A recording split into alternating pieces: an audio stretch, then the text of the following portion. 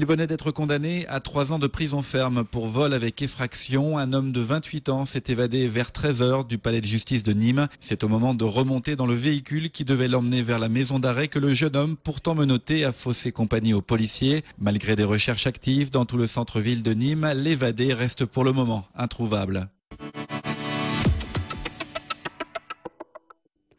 On pourrait croire que l'OM a volontairement déjoué hier face à Montpellier, comme par exemple avec cette main grossière de Djimi Traoré dans la surface. Est-elle intentionnelle? On peut se poser la question. Belhanda, lui, ne s'en pose pas des questions et transforme ce pénalty. La suite, c'est cette égalisation qui laisse penser que l'OM veut tout de même jouer le coup. Mais en début de seconde période, le rouleau compresseur montpelliérain semble inarrêtable. Olivier Giroud punit les Olympiens une première fois, puis c'est au tour de Belhanda, à nouveau, de les humilier avec un geste magique. Ouais, il réussit un geste qu'un garçon comme ça est capable de réussir parce qu'il est doué, il est insouciant aussi, il tente des choses et on est content pour lui parce qu'il travaille beaucoup aussi et ce soir il a la récompense un petit peu des efforts qu'il fait. Ouais. Je sais pas, j'ai connu beaucoup de situations, c'est vrai que c'est très particulier, quoi. Après, je ne vais pas incriminer qui que ce soit. Si on en est là à avoir ça, c'est forcément que c'est notre responsabilité parce qu'on n'a pas obtenu les résultats que tout le monde espérait. Les joueurs marseillais ont bu la tasse. Montpellier signe un exploit inédit au Vélodrome.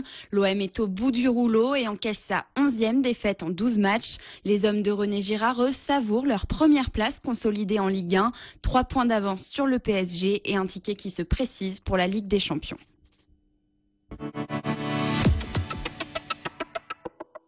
Depuis le 6 avril, le réseau de transport en commun de l'agglomération de Montpellier s'est développé avec la mise en service de 2 nouvelles lignes de tramway, la ligne 3 et la ligne 4. Pour l'occasion, des milliers de personnes se sont réunies place de l'Observatoire.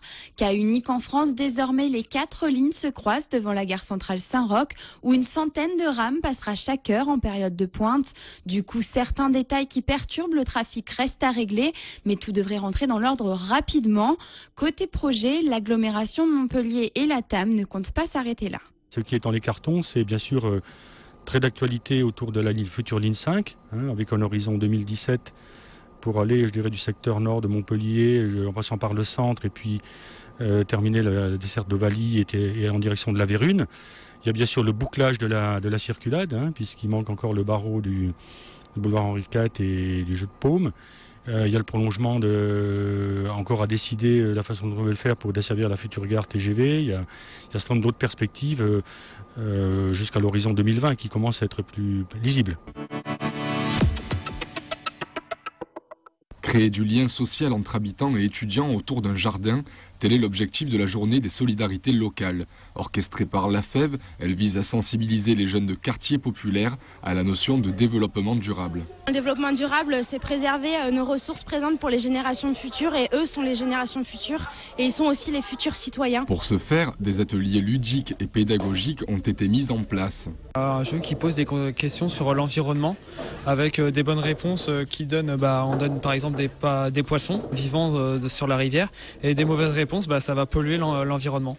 Il s'agit de faire des épouvantails écologiques avec des matériaux de récupération. Donc des vieilles bouteilles, tout ce qu'on trouve dans les poubelles qu'on peut réutiliser. Et en fait, on fabrique des épouvantails pour mettre dans le jardin potager. Sur Nîmes, ils sont 80 étudiants bénévoles à proposer aux enfants un accompagnement personnalisé à raison de 2 heures par semaine. Je suis là pour soutenir mon équipe et parce que moi, lutter contre les inégalités, ça m'intéresse. Je veux être dans le social plus tard, donc je suis à fond là-dedans. L'envie que j'ai, c'est vraiment de les faire sortir et de les faire découvrir autre chose que ce qu'ils voient à leur quotidien, des immeubles et des problèmes qui se passent dans le quartier. Moi-même, je suis issue d'un quartier populaire et donc j'aurais aimé qu'à mon époque, il y ait une entraide comme ça et une communication entre jeunes.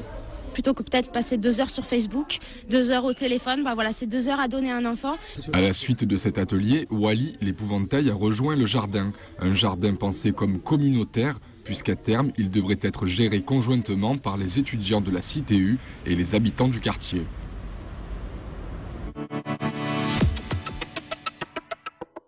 Ils auront lieu les 28 et 29 avril, les grands jeux romains dans les arènes de Nîmes, 3e édition d'une reconstitution historique réalisée par 500 comédiens et figurants. Et cette année, les troupes grecques et leur célèbre cheval de Troie viendront défier les Romains. C'est pas la guerre de Troie vue par Hollywood, on essaie donc de se mettre à la place des Romains, du point de vue des Romains, de voir comment ils peuvent reconstituer un cheval. Par exemple, on a à Pompéi une image du cheval de Troie vue par les Romains sur une peinture murale.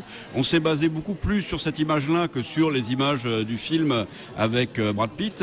Donc on essaie de se mettre dans la peau des Romains, et pour ce qui compte pour les Romains justement, c'est de dire que la guerre de Troie, c'est leurs origines, ils se prétendent descendants des Troyens, ça fait partie de leur histoire mythique, et donc on reconstitue 2 éléments importants. Donc ça va être le combat d'Achille et d'Hector, donc c'est un combat de chef, un combat donc important, un combat de héros.